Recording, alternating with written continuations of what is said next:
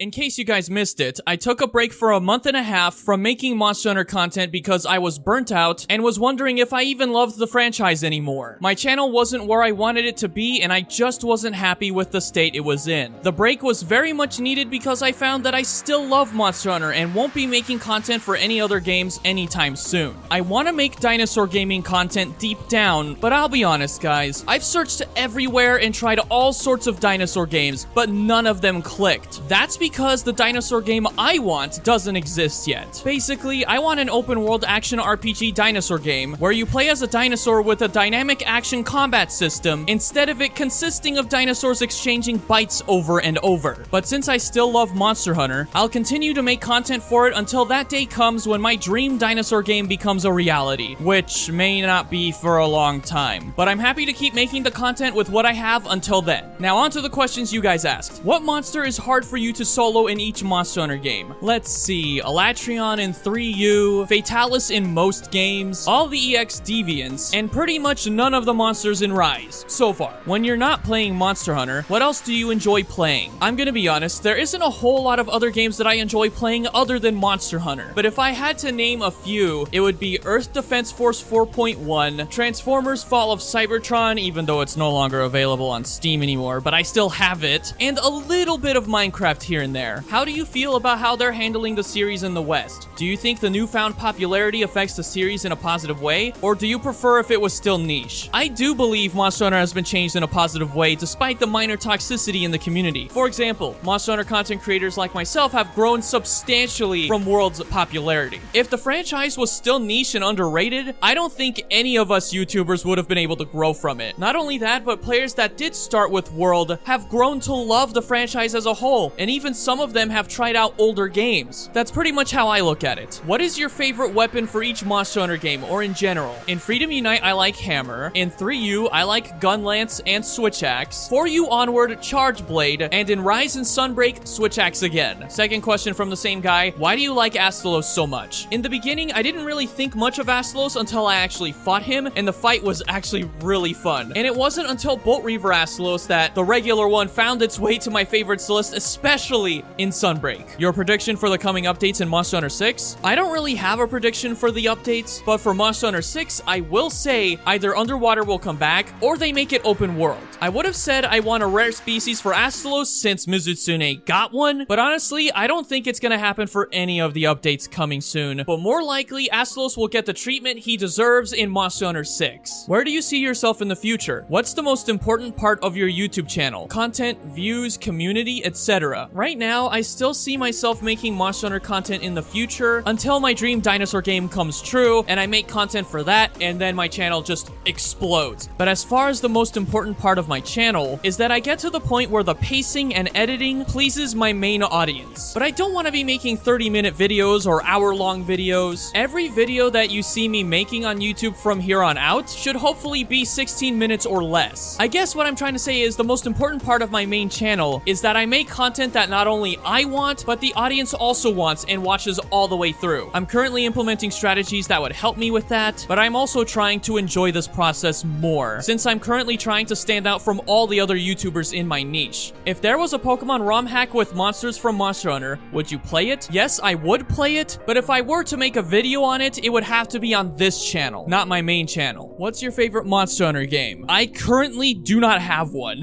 Monster Hunter Stories 2 used to be my favorite game, but that game became short-lived, and thus it's no longer my favorite. How did you get into Monster Hunter? I made a video a long time ago answering this question, but I'll do it again. One day I was trying to look for a different RPG to play because at the time there was Skyrim, Kingdoms of Amalur. Those games were a bit gory at the time, and I wanted to play something that was a bit different, something that I felt good about playing. So when I found Monster Hunter Tri at GameStop in 2010 and saw the reviews for it that were all good, I bought it, played it, and the rest is history. And the last question, what kind of system or feature would you like to see in a future Monster Hunter game? The answer for that question can be found in this video where I go over what I want in the next Monster Hunter game.